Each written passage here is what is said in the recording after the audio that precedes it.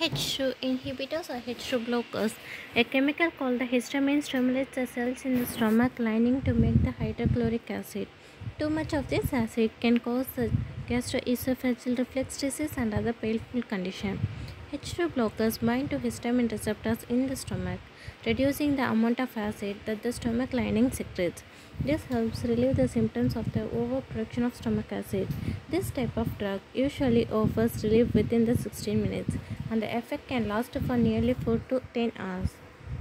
The H2 blockers can treat or prevent the number of health problems including the heartburn, gastroesophageal reflux disease, duodenal and the gastric ulcer, and the upper gastrointestinal bleeding, gastric hypersecretory disease such as the Zollinger-Ellison syndrome.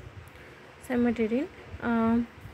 This comes in prescription, OTC, injectable, and the IV form. A doctor can advise about the most effective type of each person. It is important to follow the direction for use carefully. The right dosage depends on the person's age, whether they are taking any other medication, and the form of drug. Older adults should avoid taking this medication or use it with extreme caution. It may worsen or cause the periods of confusion. Next one is people with the kidney or the liver disease should consult a doctor before taking the Tagamet. Some common side effects include headaches, drowsiness, joint or the muscle pain, breast swelling and tenderness in anyone in some cases. They also causes the dizziness, confusion in the elderly people, people with the dementia and those who are critically ill. They should have the consent when taking the Tagamet.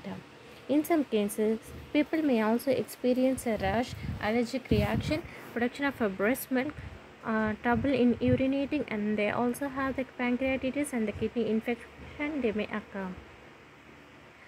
Nizatidine. This can be called as Axid or Tazac.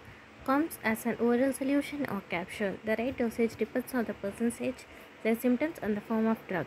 A person should consult a doctor before taking it. Like other H2 blockers, this medication may not be suitable for the people with the disorders of the kidneys or the liver. A doctor of another healthcare professional can offer the specific guidance. Some common side effects include congestion of the runny nose and the similar symptoms, which are more common with the Axid than with the H2 blockers. They may also have the rash, drowsiness, irritability, anxiety, vomiting, diarrhea, and a fever. In rare occasions, people may experience more serious side effects, including the hepatitis, anemia, jaundice, chest pain, impotence, seizures, rapid heart rate, and the severe allergic reaction. Famotidine. This comes in the prescription or non-prescription oral formulas and also in the IV infusion. A doctor or another healthcare professional can recommend the right dosage based on the person's symptoms, age, kidney function, and the overall health.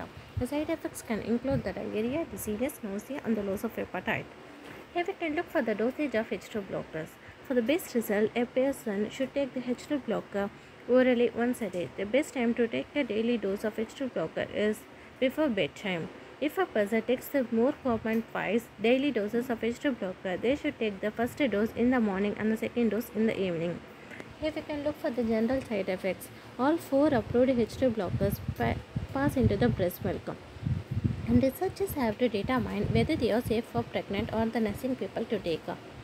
A doctor can provide more specific guidance. H2 blockers can also interact with the other drugs. For example, Tagamet may alter the effectiveness of some pain relief medication. It may also reduce the body's metabolism of warfarin, a blood thinner. These drugs can affect the body's ability to absorb the vitamin B12, vitamin D, folate, and some other nutrients. In addition, people who take H2 blockers and the magnesium supplement should do so at the different times of a day to reduce the risk of interactions. Anyone considering taking an H2 blocker should consult a healthcare professional first. These drugs are typically considered safe. Only about 3% of people who take them experience serious side effects. Depending on the health condition, a doctor may recommend the more effective treatment. For example, antibiotics are more effective at treating the ulcer that result from infection with the Helicobacter pylori bacteria. Here we can look who should avoid taking the H2 blocker. People with the age of 50, with kidney problem, with hepatic impairment, and people who are at very risk of the nervous system like delirium, confusion, hallucination, and the slurred speech. They should avoid the H2 blockers. And H2 blockers can also pass into the breast milk. So anyone who is or may soon be breastfeeding should speak with the doctor before taking the medication. These drugs can also interact with the other medications like Tegaman. For example, they can alter how effective some pain relief medications are. If a person is taking the medication for severe pain, then they may wish to discuss this with the doctor before taking the Tegaman. They may also reduce the effect of the blood thinner warfarin. Anyone taking the warfarin should discuss the risk with the doctor. Lifestyle changes.